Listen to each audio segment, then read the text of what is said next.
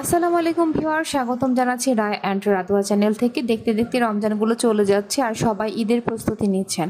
তো ঈদ মানে হচ্ছে অনেক আনন্দ, অনেক খুশি। আজকে আমি যে পিঠাটা আপনাদেরকে দেখাতে যাচ্ছি সেই পিঠাটা বানানো খুবই সহজ। আপনারা রুটির মতো করে বানিয়ে তারপর সেটাকে একটু করে কাটা দিয়ে এঁকে সুন্দর পিঠা বানিয়ে নিতে পারেন। আর সেটা চাইলে আপনারা তেলে ভেজে খেয়ে নিতে পারেন, আবার চাইলে গুড় বা চিনির শিরায় দিয়েও খেতে পারেন।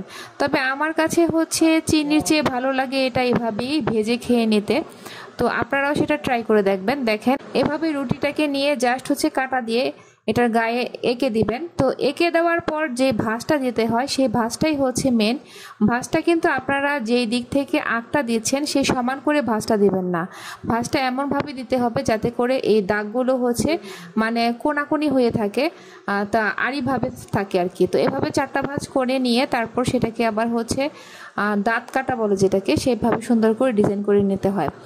তবে ঈদে কিন্তু অনেক ধরনের খাবার তৈরি করা হয়। আপনারা যারা এই পিঠাটা কখনোই তৈরি করেননি তারা একবার হলেও তৈরি করে দেখতে পারেন। খুব সহজে আপনারা তৈরি করে নিতে পারবেন আর খেতে কিন্তু খুব মজা লাগে। তো আপনারা সবসময় রায় আর রাদুয়ার ভিডিওগুলো ফলো করেন, জানি তাদের ভিডিওগুলো বেশি বেশি করে শেয়ার করে দেন, লাইক করেন, কমেন্ট করেন। তো তার জন্য অসংখ্য ধন্যবাদ আপনাদেরকে। তো এভাবে কতগুলো পিঠে একসাথে জমিয়ে তারপর কিভাবে তেলে ভাজতে হয় সেটাও আপনাদেরকে দেখিয়ে দেব।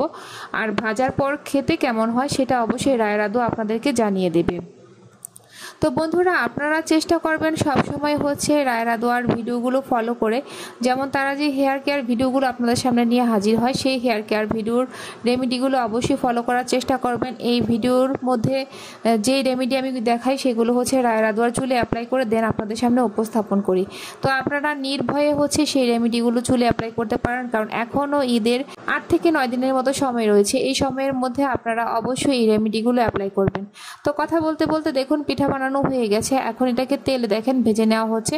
আপনারা যদি সাথে সাথে খেতে চান তাহলে একটু মচমচে করে ভেজে নেবেন। আর যদি এটাকে পরবর্তীতে গুঁড়ে দিয়ে খেতে চান তাহলে একটু কম মচমচে করে ভাজবেন। তো ভাজা হয়ে গেছে দেখুন। ভাজার পরে কিন্তু পিঠাগুলো যেরকম হয়ে থাকে আর এটা খেতে খুব সুস্বাদু হবে। এখন এটা রায় আর রাদুয়া আপনাদেরকে খেয়ে জানাচ্ছে যে পিঠাটা কেমন হয়েছে। দেখুন, 2 আপু দাঁড়িয়ে আছে, 1 আপু আরেক আপুকে পিঠাটা খাইয়ে দেবে। তো আপনারা সবসময় আমাদের ভিডিওগুলো দেখবেন। আশা করি যে ভিডিওগুলো দেখে যে ধরনের আর হেয়ার কেয়ার রেমেডি অথবা রেসিপি দেখানো হয় সেগুলো বাসায় ট্রাই করে খেয়ে দেখবেন কেমন লাগে। আর অবশ্যই আমাদের চ্যানেলে কমেন্ট করে জানাবেন আপনারা খাওয়ার পর আপনাদের কাছে কেমন লেগেছে। তো সবাইকে আবারও রমজানের শুভেচ্ছা জানিয়ে, অগ্রিম ঈদের শুভেচ্ছা জানিয়ে শেষ করছি আজকের ভিডিও। আবার দেখা হবে নতুন কোনো ভিডিও নিয়ে।